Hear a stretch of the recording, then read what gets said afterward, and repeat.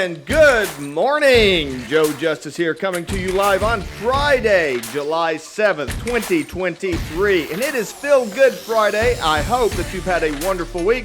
I hope that you've had a great time preparing and getting ready for the Independence Day. And then you celebrated Independence Day with your friends and family, and it was all wonderful. We had all kinds of fun this week. We went to the family, my parents' house, and we did pool parties and we did fireworks at home. And then we also, of course, had our big regatta rendezvous, rooftop rendezvous party, which I posted some videos about, so check that out. It was so much fun. We got to listen to Hair Supply, which is a really awesome band here in town. Got to spend lots of time with the family. Just a wonderful, wonderful week. It has been very exciting. But listen, my name is Joe Justice. I am the home gym hustle hero, and I am here to help you with inspiration, motivation, and information to help you achieve your health and fitness goals. That's what I'm here for. And if you want a little bit of help, you can join our challenge group. Just go to homegymhustleheroes.com/join. I've got the information right there. You can sign up for our newsletter. We'll send you all the podcasts every week. You can join the group and be part of that. And then we do virtual workouts Mondays and Fridays. We're going to be continuing that all July long, and I want you to be part of it. I want you to join in. So be sure to go to homegymhustleheroes.com/join and join up. We're having lots and lots of fun, and we're going to keep on doing it. So listen, all week long I have been talking about the value of sleep. Why is sleep important? Why do you need sleep? What is important about sleep? Well, sleep is fundamental, and you need it, and you need not only for yourself, but your kids. You got to get those good sleep habits. There's a very good chance that you had poor sleep habits growing up. A lot of us did. A lot of people went to bed, fell asleep, watching TV. We have modern day, we have lights all over the place. It disrupts our circadian rhythm. We have food anytime you want it. You've got that disrupts your circadian rhythm. There's all kinds of negative impacts on sleep. So I've been talking about that, how to improve your sleep, the importance of sleep. Last time I talked about improving your environment to make it more conducive to sleep. You can go back and check that episode out. That was the one right before this one, if you're interested in improving your sleep. And today I want to talk about behavioral changes.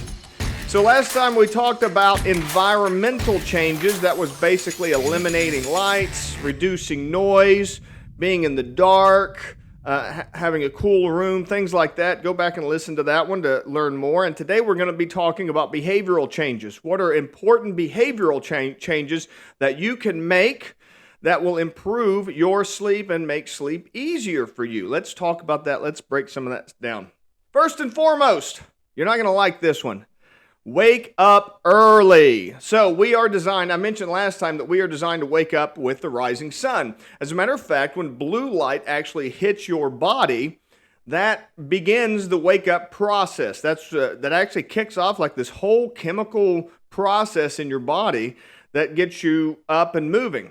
Back in the old days, our hunter-gatherer selves, our ancestors, would have gotten that hit of sunlight in the morning, and that would have jolted them up, and they would have got up, been moving around. Ugg would have been moving around looking for some firewood, or would have gone out looking for a squirrel to catch for breakfast or something like that. It was that first shot of sunlight.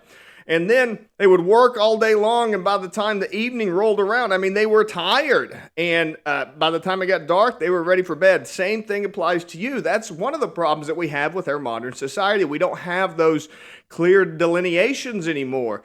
It can be light all day long because we have light bulbs. We have electricity. So you don't get that break. But if you wake up early, then come bedtime, you will be tired, and that helps out quite a bit. This is a problem that I had in the past. So I'll tell you, me personally, I've been a lifelong insomniac, and one of the things that I've done to finally conquer that, I would say in the last 5 years, I've finally conquered insomnia. And one of the big things that I did was starting to wake up super early. One thing that I used to be really good at, interestingly enough, was staying up late and waking up early. I've never had a real big problem with waking up. Like I say, I'm an insomniac, so I would stay up till 1, 2, 3 o'clock in the morning, get up at 6 o'clock the next morning, and I wouldn't have any problems. Now, all of that started to change in my late 30s and definitely now into my 40s. So, and what it's really, how it shows up isn't so much as in waking up or going to bed. It's I get tired in the middle of the day. So it all kind of catches up to me. And I guess that's probably just natural as you get older. Whatever it was that I had, whatever, chemicals, hormones, whatever it was that I had when I was younger, that allowed me to be able to stay up late and get up early, those have kind of shifted and changed. I think it happens to everybody. Everybody's probably a little bit different, but I definitely don't have that anymore. So I have to, if I sleep late, then I can't fall asleep at nighttime. And I've definitely found that to be a problem, because it's much more valuable to sleep at night when it's dark, because you get better restful sleep. So your first behavioral step is to wake up early. If you wake up early, you'll have a long, productive day, and then it'll be a lot easier to fall asleep at night. Same thing with your kids. It's going to change at different ages. Teenagers are different than young kids as far as how much sleep they need. But do encourage them to wake up early when they're tired, not wake up, at noon or wake up at 2 or 3 o'clock, especially teenagers. I know it's kind of natural for them to want to sleep until noon, but try to encourage them, try to set those positive habits to wake up early. Don't use an alarm when you wake up. Get out of bed. This is really difficult for some people. They'll hit snooze over and over and snooze, snooze, snooze, snooze, snooze. Hey, listen, don't hit snooze. If you have to, move your alarm clock across the room so that you have to physically get up. That's one of the weirdest things that I've talked to a lot of people that have this problem with, they just reach over and they hit snooze. They reach over, they hit snooze, and they have a hard time actually getting up. Well, just putting your alarm clock across the room, once you're up, once you're physically moving, you usually don't go back to bed. So it's very easy to just kind of lean over and hit snooze, but it's a totally different thing to get up, walk over, hit snooze, and then go back to bed. So if you have to, move your alarm across the room. Just get up, wake up. Now, you need to commit to a consistent bedtime as much as possible. So like for me, my bedtime is between 10 o'clock and 11 o'clock. So it's not exact, it doesn't have to be exactly like, you don't say your bedtime is like 10:45. And it's actually a lot easier now. It's kind of funny. I was thinking about this. It used to be a lot of people would go to bed after the news or after, after Leno or after Johnny Carson or whatever. It used to be kind of the TV would dictate the bedtime, and now we have binge watching. So what ends up happening is people are like, well, I'm going to watch one more episode. Oh, I'm going to watch one more episode. Oh, I'm just going to watch one more episode. Or they'll be, scrolling through YouTube or Facebook, or TikTok or whatever it is. Oh, I'm just going to watch one more. Oh, I'm just going to watch one more. Before you know it, it's like 1 o'clock in the morning. And they're not getting to bed, and they're tired, so then they're hitting snooze when they wake up in the morning. And so it's creating kind of this loop. And your kids are definitely subject to that too. They got Snapchat, they've got YouTube, they got all these different things. Video games, of course, that's a big disruptor because it's really hard to kind of pull yourself away from that. Like I say, it was funny.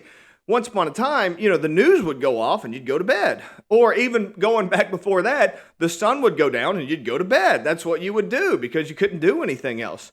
And now it's entirely different. We have all these things competing for our attention, but it creates a really bad loop. So you stay up late, and then when you wake up, you hit snooze, and that snooze, you end up sleeping late, and then you can't get to bed early, and so you have, you create these kind of vicious cycles that you want to get away from. So set a consistent bedtime. Be as consistent with it as you can. Same thing with waking up. Wake up early. Be as consistent as you can. I know things are going to be a little bit different on the weekends. That's fine. You're not trying to be perfect. Just be consistent as much as you can. And then as you're getting ready for bed, after you set your bedtime, so for me, I'm going to give you a couple numbers that I use, and this is based on going to bed between 10 and 11 o'clock. What you want to do is avoid food 2 hours, or basically after dinner, at least 3 or 4 hours before bed. So I don't eat anything after 7 o'clock. And then you want to avoid drinking anything a couple hours before bed. So I don't have anything to drink, not water, not soda, especially nothing like coffee, tea, or anything like that.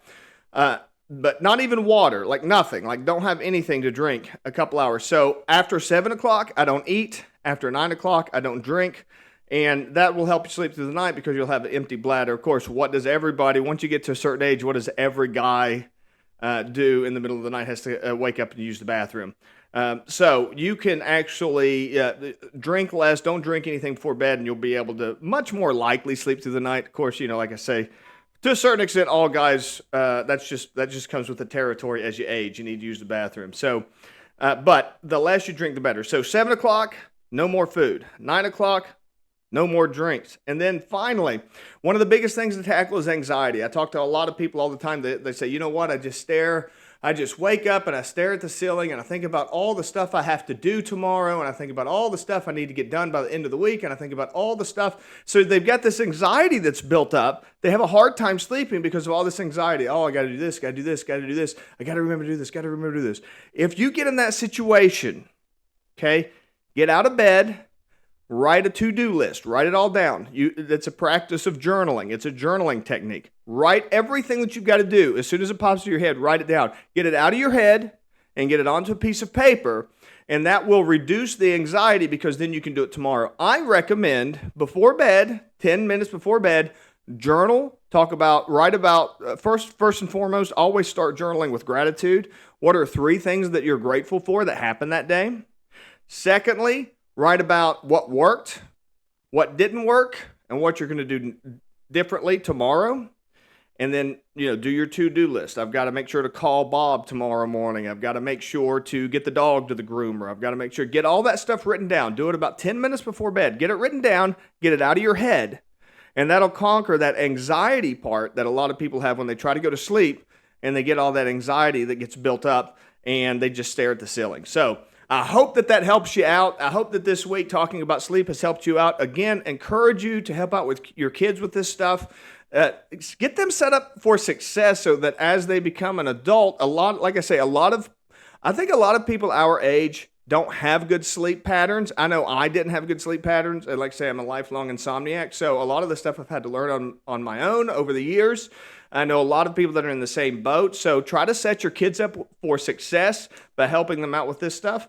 And I think that you will move forward and they will have a great time. Thank you so much for watching today. Be sure, if you want to join, go to homegymhustleheroes.com/join. Join our challenge group. Sign up for the newsletter there. And I will send you all of our podcasts and everything. You can listen to them throughout the week. You can also find the podcast anywhere that you see podcasts, Apple Podcasts, Google, all that kind of stuff. Check them out. Love to hear from you. If you've got any questions or comments, if there's any topics you would like for me to tackle live, I would be happy to do that. Feel free to ask me questions in the comments or send me a message. Love hearing from everybody and love hearing questions, thoughts, feedback, everything like that. Hope you have a wonderful Friday today and hope to see you again on Monday. Until then, bye-bye for now.